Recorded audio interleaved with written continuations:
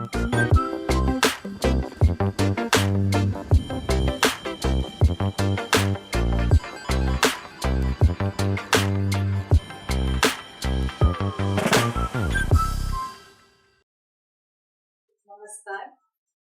बुकस्टार्स ह्या कार्यावळीन तुमकां सगळ्यांक माय मोगाचो योग.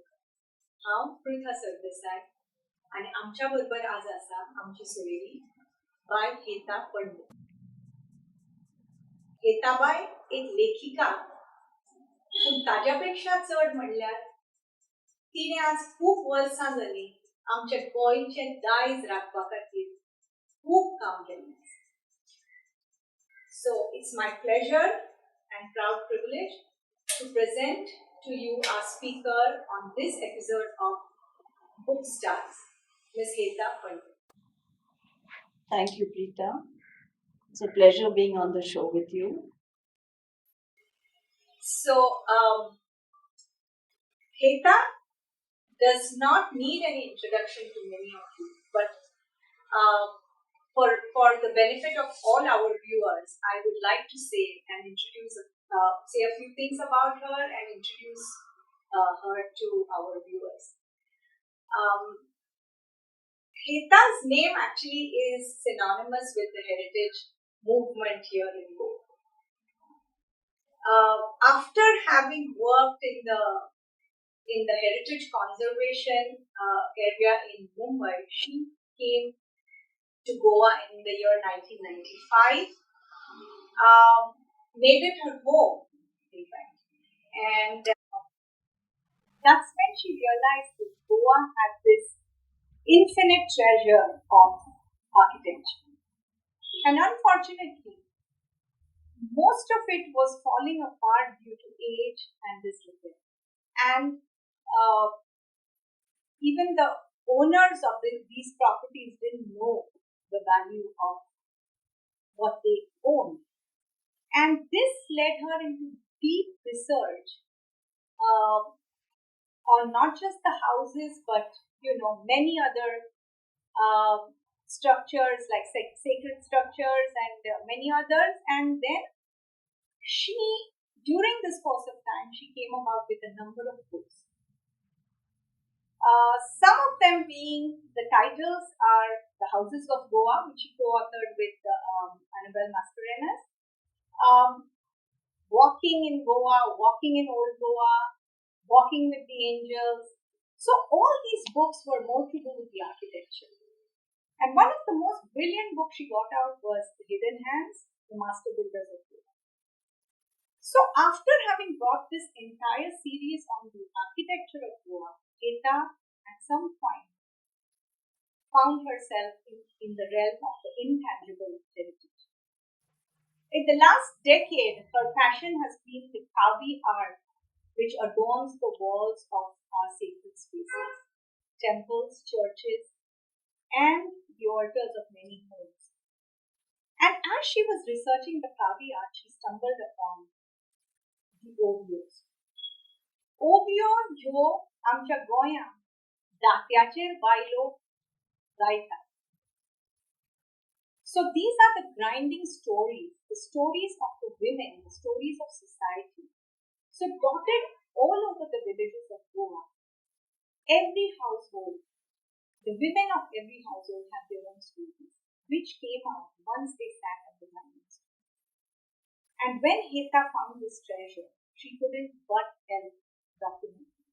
So today we are going to talk about her book, The Grinding Stories, the first one that she released in the year 2018 at the Goa Lit Fest. So Heta, what we are going to ask you today is your journey into the world of building. What got you to them, and how did you actually bring all of them together? That's a wonderful question. Thank you, Pritha. The thing is that it's architecture that took me into Kavi. Documenting Kavi, I have over 100 motifs that we've documented with the help of Kaushalya Gadikar. She drew out all the motifs because at that time when we started this exercise, we were afraid that the buildings would go down, the temples would be demolished. And I said to myself, Even I can't say each and every Kavi artwork in Goa. Let me at least document what there is. So we drew out over 100 motifs. If the temple goes, at least the motifs are there. And one of the things which intrigued me was a visit to a temple in Sri Mauli temple in Dodamar in Zolambe village. There on the walls was a Kavi narrative of Bujang, the king cobra, being rescued by Garuda. And normally in Indian lexicon, even in Greek mythology, the eagle and the serpent are enemies. But here in this narrative in Kavi, on the walls of this temple, was a very benign image of the serpent and the eagle. And I was intrigued by this whole narrative, and I asked Dr. Rajendra Kelkar and Purnima Kelkar the story behind it. And Dr. Rajendra Kelkar said a wonderful thing which I'll never forget. He said, in Goa, we rescue our enemy if the enemy is in trouble. So that, I'm still getting goosebumps saying this to you. And that intrigued me and said, I asked him, is this story being documented anywhere? So he said, no, nobody writes them down. It's oral history. And these songs are sung at the grinding stone. I was intrigued. I had never heard of it. In Maharashtra, of course, there are songs sung at the grinding stone, but I never paid attention to them until now. So I connected the dots and started meeting people through Rajendra Bhai and through Purnima. And I met Subhadra Arjun Gavas. She sang these songs for me. And Shubhada Chari, she helped me with the translation because my Konkani and the dialect is not very good. So I took their help and I documented them. And then I said to myself, after documenting these stories, who's going to appreciate them? If I don't translate them into English and I don't take them out into the world, nobody's going to know that this treasure exists. So that started the first volume that was released at Goa Art and Literature Festival 2018. And Damodar Mauzo Bhai, he wrote the foreword for that book. That's how we brought out these 26 stories. ह्यो ओवियो जेन्ना हेताबाईन आयकल्यो तेन्ना तिका अशें दिसलें की हें जेन्ना भायर जगाक पळोवंक जाय ती भाशा वेगळी आसची पडटली कोंकणीन काय सगळं सबंद जग तें समजूंक शकचें ना सो तेन्ना तिणें ठरयलें की ह्या ओवयांचे अणकार करचो म्हणून आनी तिणें ह्यो सगळ्यो ओवयो ज्यो तिणें आयकल्यो ताजो तिणें कोंकणीन अणकार केलो सो Heta, my question to you is how do you feel about the translation? Do you think it has done justice to the original flavor and the emotion behind the? If there's an honesty in a translator, no translator can claim that they have done justice to the original. Because English language, as you know and I know, is very limited. It cannot express every emotion in the genre you're translating. So what I've done is sometimes the song is only 2 lines long, but I have a 2-page translation. So it's not really a translation. As my friend and colleague Victor Ranjil Rivero says, this is called an interpretation because you have to bring in the entire cultural gamut. You have to understand the culture before you translate. It's not just language word for word translation. That can never be done and it should never be done like that. Never be done. Yeah, but I'm sure getting this out into a language which will take it out to the world itself is so special in its effort, and we should thank you for that. Um, what interests me is that the entire book is illustrative, very appropriately, in fact, through Kavya. So, what made you choose Kavi as the form of illustration? Is it because Kavi led you to the Ovios, or is it just the beauty of the art itself? It's both, actually. And my designer Reena Sabnani, she and I and a lot of us are completely fascinated with this art form, which, as you know, is uniquely Goan. It left Goa and the art has moved to Maharashtra and to Karnataka, where it thrives. but it originates in Goa. It's a uniquely Goan art. It's made with red soil and charcoal and a binding agent. And we thought that somehow we should use these Kavi art illustrations to illustrate the songs. And what surprised us was that with the help of other Kavi art collectors like Janardhan Bhavande and Tushar Rao and so on, we found an illustration, appropriate illustration for every song. For every song. It is like nothing but divine intervention. Would you like to say, like in very few words, what Kavi art is, so our viewers who may not be knowing about the art could get enlightened about it? Kavi art is a decorative, ornamental, sacred art.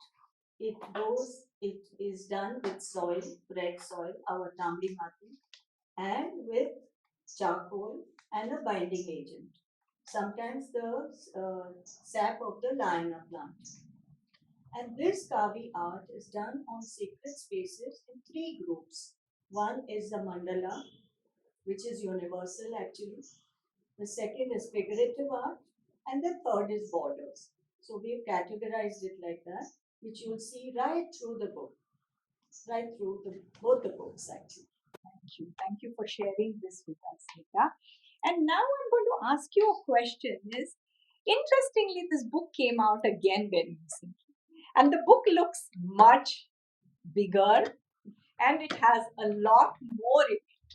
And it's called Grinding Stories Retold. This book has come out very recently.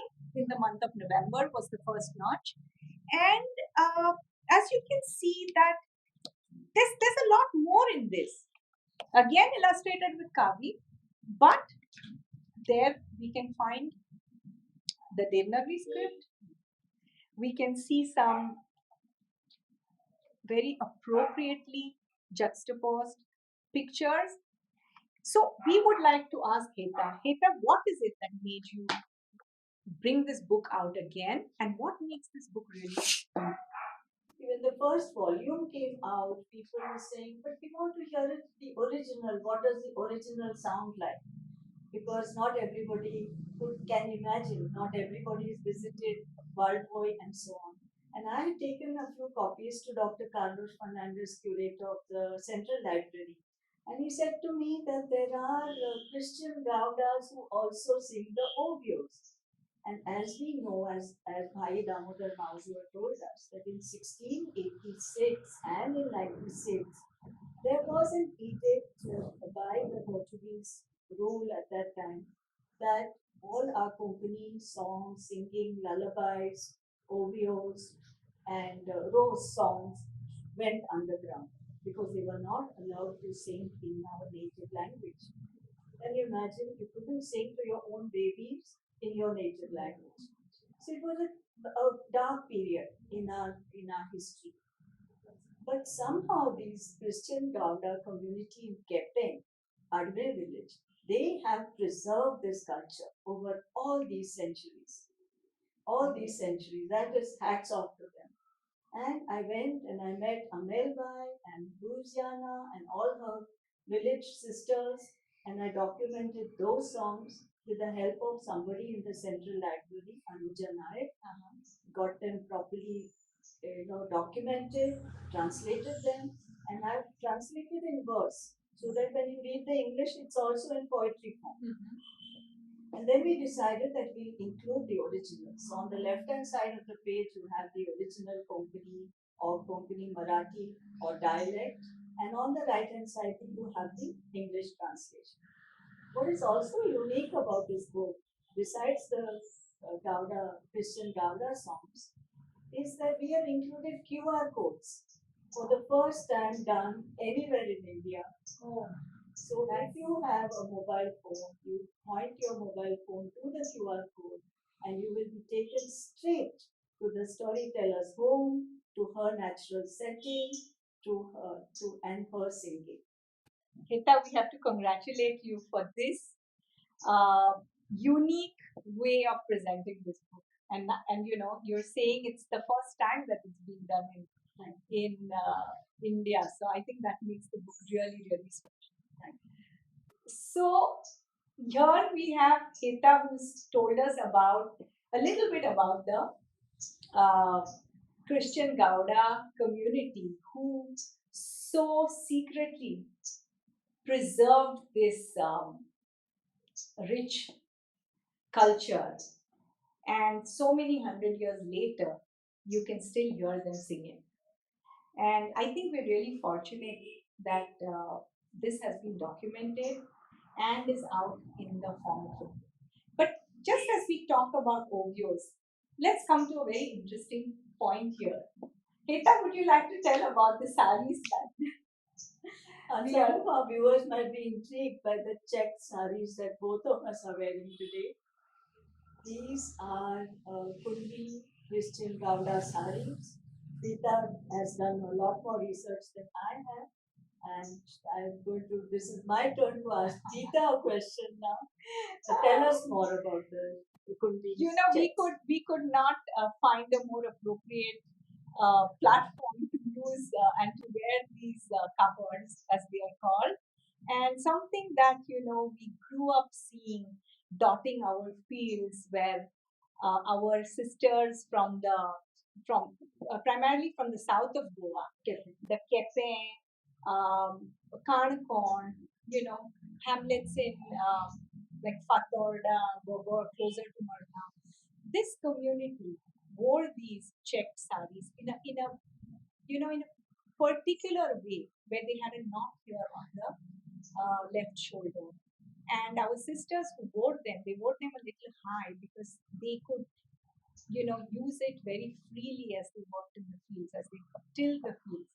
And that's when uh, we saw it more as something that we saw some other people wearing it. But it gives me great pleasure that today there has been a revival of this textile.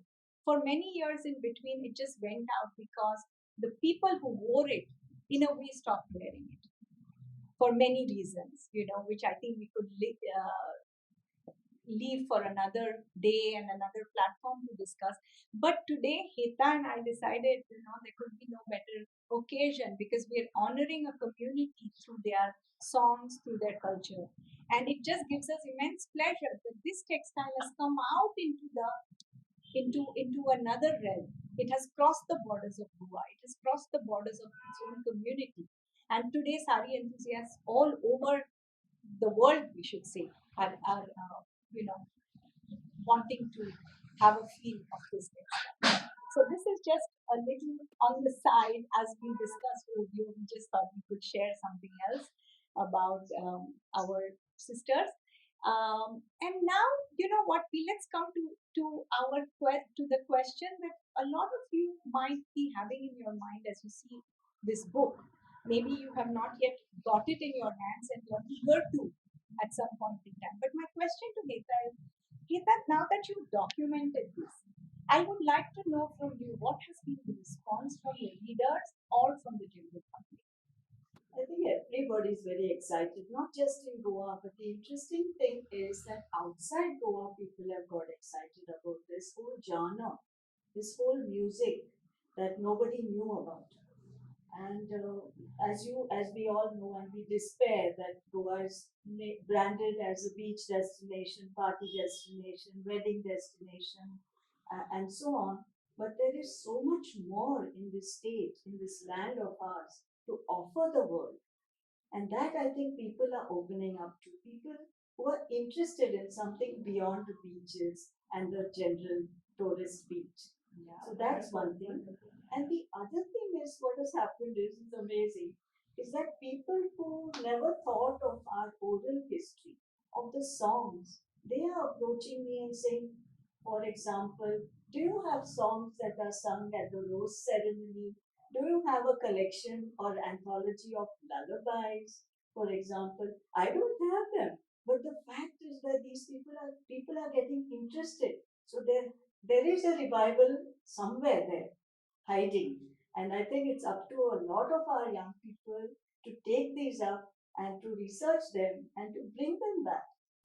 Wonderful.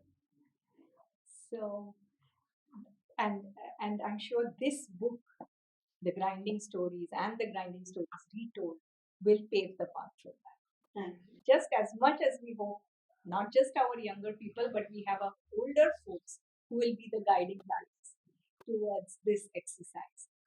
So thank you, Heta. Thank you for Prita. being on this show.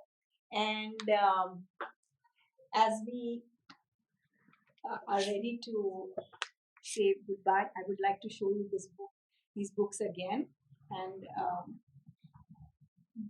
with the fond hope that you will be able to read it yourself and appreciate our the treasures that we have inherited over the last century. Thank you. Thank you. Dev Varakuru.